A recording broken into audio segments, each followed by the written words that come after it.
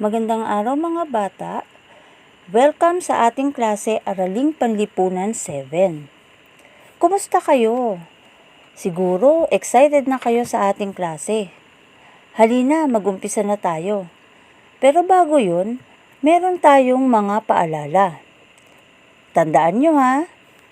Una, panatilihing nakabukas ang camera at nakamute o nakapatay ang mikropono hanggang matapos ang talakayan. Pangalawa, kung may nais sabihin, maaaring pindutin ng wave emoji gaya ng sa ibaba at hintaying tawagin ng guro. Ito ay lalabas lamang kung naka-add sa extensions mo ang Google Nad. Pangatlo, magtala sa attendance para sa araw na ito sa pamamagitan ng pag-click ng link sa ibaba. Piliin ang tardy kung ikaw ay nahuling pumasok sa klase. Tandaan, honesty is the best policy. So, i-click lamang natin ang link sa ibaba para sa ating paunang pagtataya. Tingnan ang inyong email inbox para sa ating Google quiz na isend ko na yun sa inyo.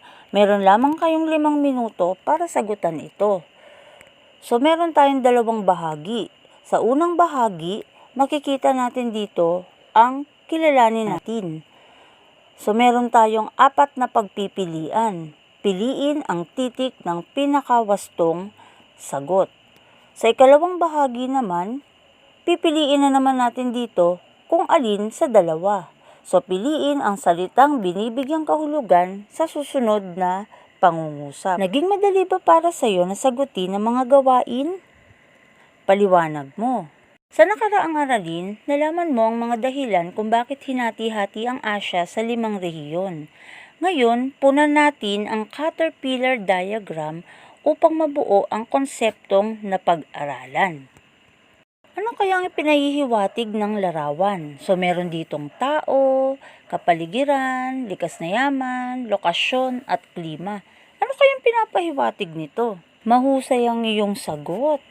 So, tama, ang ating pag-aaralan ay tungkol sa ugnayan ng tao at ng kanyang kapaligiran. So, ito ay nakabase sa most essential learning competencies na pahahalagahan ang ugnayan ng tao at kapaligiran sa paghubog ng kabias ng Asyano. Para sa ating layunin, una, na ilalahad ang mga salik na nakakaapekto sa ugnayan ng tao at ng kanyang kapaligiran. Pangalawa, nasusuri ang mga salik na ito na naging daan tungo sa pagbuo ng kabias ng Asyano. Pangatlo, napahahalagahan ang ugnayan ng tao at kapaligiran sa paghubog ng kabias ng Asyano. Ang paksang aralin natin ngayon ay ang ugnayan ng tao at ng kanyang kapaligiran. Malaki ang bahaging ginagampanan ng heograpiya sa ugnayan ng tao at ng kanyang kapaligiran. Ang idinidikta ng katangiang pisikal ng lugar kung saan naninirahan ng mga sinaunang tao ang humuhubog sa kanilang pamumuhay. Sa pagdaan ng panahon, ang mga tao ay natutong makiangkop sa kanilang kapaligiran. So, ayon kay Soriano ng 2013, kasama sa isinasaalang-alang ng tao sa paninirahan sa isang lugar ay ang kanyang katangiang pisikal. Kabilang dito ang mga matatabang lupa, malinis na anyong tubig, maayos na klima, masaganang likas na yaman na siyang tutustos sa kanilang pangangailangan. Ano nga ba ang mga likas na yaman? Ano nga ba ang pakinabang ng tao sa kanyang likas na yaman? So, meron tayong 2. Meron tayong yamang lupa, meron tayong yamang tubig. So, bawat likas na yaman na ito ay may pakinabang na ibinibigay sa tao. Halimbawa na lamang sa yamang lupa. So, merong pagtutroso, pagsasaka, pagmimina, at pagpapastol mula sa mga kabundukan at kapatagan. Yun yung trabaho ng mga tao doon. So, dito din nila natuklasan yung magkaroon ng sistema ng irigasyon dahil ginagamit nila ito sa kanilang pagsasaka. Sa kabilang banda, sa yamang tubig, pangingisda naman ang hanap buhay ng mga tao. Ito ang nagsilbing daungan ng mga barkong pangkalakalan at ito din ang naging ruta ng kalakalan at komersyo sa iba't ibang panig ng mundo. Kilala niyo ba ang mga nasa larawan? Tama kayo. So, ito ay ilan sa mga anyong tubig na makikita sa Asya. Sa kasaysayan ng sangkatauhan, ang mga kauna-unahang kabiasnan ng Asya ay umusbong malapit sa mga lambak-ilog. Kabilang dito ang mga lambak ng Tigris at Euphrates sa Mesopotamia, lambak ng Indus at Ganges sa India, at Ilog Wangho at Yellow River naman sa China. Klima. Ano nga ba ang klima? Ang klima ay ang kalagayan o kondisyon ng atmosfera sa isang rehiyon o lugar sa matagal na panahon sa ugnayan nito sa mga tao. Pangunahing salik ng pagkakaiba-iba ng klima sa Asya ang natatanggap na sinag ng araw sa isang lugar depende sa latitude at gayon din sa panahon, distansya mula sa karagatan at taas mula sa sea level. Nagkakaiba-iba ang uri ng klima sa Asya dahil sa kinaroroonang latitude nito. Mayroong nasa mataas na latitude, gitnang latitude, at mayroong nasa mababang latitude. Mababang latitude. Ito yung mga bansa na malapit sa Ecuador. Meron silang klimang tropikal. Ang rehiyong nakalatag sa pagitan ng Ecuador na 0 degree, Tropic of Cancer na 20 degree sa hilaga at Tropic of Capricorn na 20 degree sa timog ang kabilang sa mababang latitude. Nakakaranas ng zonang tropikal o itinuturing na pinakamainit na temperatura tulad ng Timog Asya at Timog Silangang Asya. Kaya pala mainit sa Pilipinas, no? Dito pala tayo kabilang. Ang vegetation cover, ito ay tumutukoy sa iba't ibang uri ng pananim na nakabalot sa lupain ng daigdig.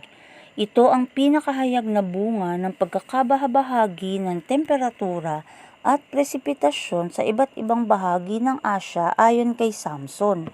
Malaki ang kinalaman ng klima sa uri ng pamumuhay ng mga tao sa isang lupain. Ito ay maaaring maging batayan ng uri ng hanap buhay, panahanan, gawi at iba pang aspekto ng pamumuhay.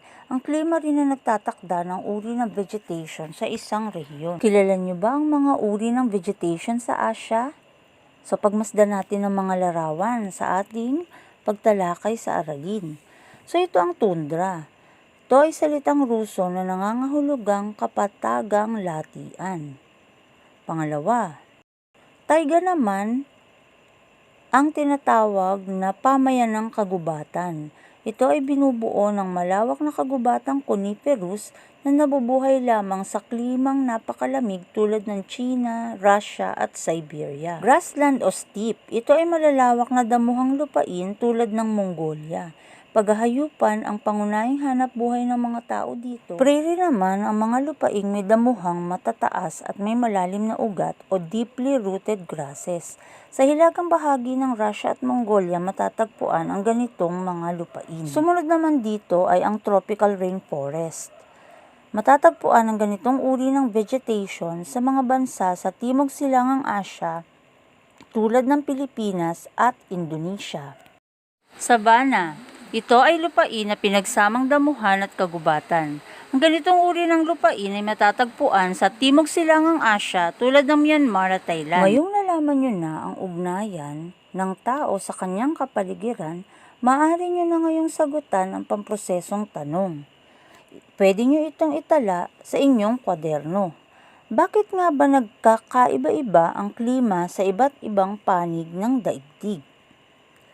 Pangalawa, paano nakakaapekto ang klima sa pamumuhay ng tao sa isang lugar? Bakit malaki ang bahaging ginagampanan ng klima at likas na yaman sa pag-unlad? Bibigyan ko lamang kayo ng 5 minuto para sagutin ito. Handa na! Para sa ating gawain 1, klima suri. May binigay akong link ng Kahoot sa inyong email. Buksan natin ito. Pumili lamang ng isang sagot. Handa na ba kayo?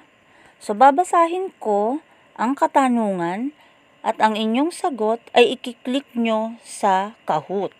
So malalaman natin agad dyan kung sino ang unang nakatama ng sagot o may pinakamaraming tamang sagot. So mayroon sa aking prize na 50 pesos load mamaya ang highest scorer. Handa na ba kayo? Number 1. Nararanasan ito ng mga tao na nakatira sa mataas na latitude. Piliin ang tamang sagot: klimang polar, klimang temperate, klimang tropical. Number 2. Napakainit na klimang nararanasan ni Harvey dahil siya ay nakatira sa kanlurang Asya na may pinakamataas na presyon ng daigdig. Klimang polar, klimang temperate, klimang tropical. Go! Number 3. Higit na malamig ang klima kaysa rehiyong tropiko at mainit-init kaysa rehiyong polar. Klimang polar, klimang temperate, klimang tropical. Go! Number 4. Rehiyong nakalatag mula 60° latitude hanggang sa polong hilaga, polong timog. Klimang polar, klimang temperate, klimang tropical. Go! Number 5. Rehiyong nakalatag sa pagitan ng 60° latitude at 23° latitude pahilaga at patimog. Klimang polar, klimang temperate, klimang tropical. Sino kaya ang highest scorer? Tingnan natin. Para sa gawain 2, i-check mo na yan. Ipakita ang ating check sign kung ang pahayag ay nagpapakita ng ugnayan ng tao at likas na yaman. So, babasahin ko ang mga tanong. Then, papakita nyo sa screen nyo ang inyong sagot na check sign.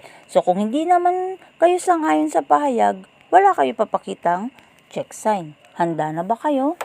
Number 1. Napakinabangan ng mga sinaunang tao ang mga karagatan dahil nagsilbi itong daungan ng kalakalan at komersyo. Number 2. Umaasa ang mga tao sa pagtatanim o pagsasaka sa mga rehiyong may malalawak na kapatagan at lambak. Number 3. Mahirap ang pamumuhay sa mga bundok at walang paraan magkaroon ng ambag para sa pag-unlad ng isang bansa. Number 4. Ang pagtatroso, pagmimina at pagpapastol ay ilan lamang sa maaaring pagkakitaan sa kabundukan. Number 5. May kakayahan ng mga lambak na matustusan ang pangangailangan ng maraming bilang ng tao. Number 6. Napapakinabangan ng mga tao ang malaking palaisdaan ng mga dagat at karagatan. Number 7. Nalilang ang mga irigasyon upang hindi masira ng baha ang mga pananim. Number 8. Nagdudulot ng kapahamakan sa mga Asyano ang pagkasira ng kalikasan. Number 9. Nakakaapekto ang mga anyong lupa at anyong tubig sa pamumuhay ng mga Asyano. Number 10. Ang pagkakatuklas ng mga sinaunang pamayanan na nagbigay ng patunay na may malaking pakinabang sa pamumuhay nila ang lambak. So para naman sa ating gawain 3, ako at ang aking komunidad. So ito naman ay gawaing pang-upuan. So kuhain natin ang ating module. So panuto, ilarawan ang vegetation cover ng inyong komunidad. Paano ito napapakinabangan ng inyong lugar at ng lungsod ng Caloocan? Pangalawa, ang pagbabago sa vegetation cover ng ating komunidad ay maaaring magdulot ng kapakinabangan at kapahamakan sa isang pamayanan. Ano-anong kapakinabangan at kapahamakan ang maaaring idulot ng mga pagbabagong ito? So itatala nyo sa hanay ng kapakinabangan kung ano yung pakinabang na dulot ng vegetation cover sa ating komunidad. At ilagay nyo din sa kabilang hanay naman ang mga kapahamakang dulot nito. So, bibigyan ko kayo dito ng 10 minuto para matapos ang gawain. Dapat nating tandaan na malaki ang ugnayan ng tao sa kanyang kapaligiran dahil, una, nagkakaiba-iba ang klima sa bawat rehiyon depende sa lokasyon at latitude ng kinaroroonan ng bansa at panirahan ng tao. Pangalawa, ang tao ay nakikinabang sa mga likas na yaman sa kanyang kapaligiran upang matugunan ang kanyang mga pangangailangan. Pangatlo, ang klima ang nagiging batayan ng uri ng pamumuhay, panahanan at gawin ng mga tao sa isang rehiyon. At panghuli, ang klima ang nagtatakda ng uri ng vegetation sa isang rehiyon. Ngayon alamin natin, ano nga ba ang natutunan nyo sa ating tinalakay? Maaari ba kayong magbigay ng isa?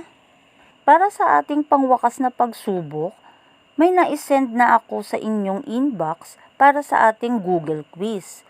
Meron lamang kayong 5 minuto para sagutan ang mga ito. Hanapin nyo na. Ngayong natapos na natin ang aralin, nais kong sagutin mo ang mga sumusunod na tanong sa iyong kwaderno bilang ating pagninilay. Una, paano nakakaapekto ang kapaligiran sa paghubog ng pamumuhay ng mga Asyano? Ipaliwanag ang iyong sagot. Number 2, gumawa ng poster tungkol sa ugnayan mo sa iyong kapaligiran. Ilagay ito sa bond paper at lapatan ng kulay. Pangatlo, bilang mag-aaral, paano ka makatutulong sa mga nasalanta ng bagyo sa Pilipinas dahil sa lokasyon nito na malapit sa karagatang Pasipiko? Pang-apat, paano mo may pagmamalaki sa mga kabataang tulad mo ang kagandahan ng Amparo Nature Park ng Caloocan City? Ano ang gagawin mong paraan upang makatulong sa paghikayat ng turismo sa lungsod? Number 5. Magbigay ng 5 pag-uugali na dapat taglayin ng bawat mamamayang Pilipino sa pangangalaga sa kanyang kapaligiran.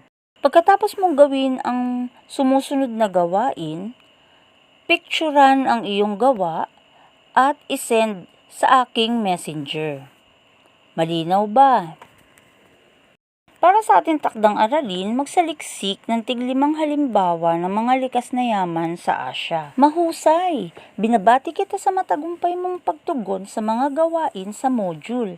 Hanggang sa muli!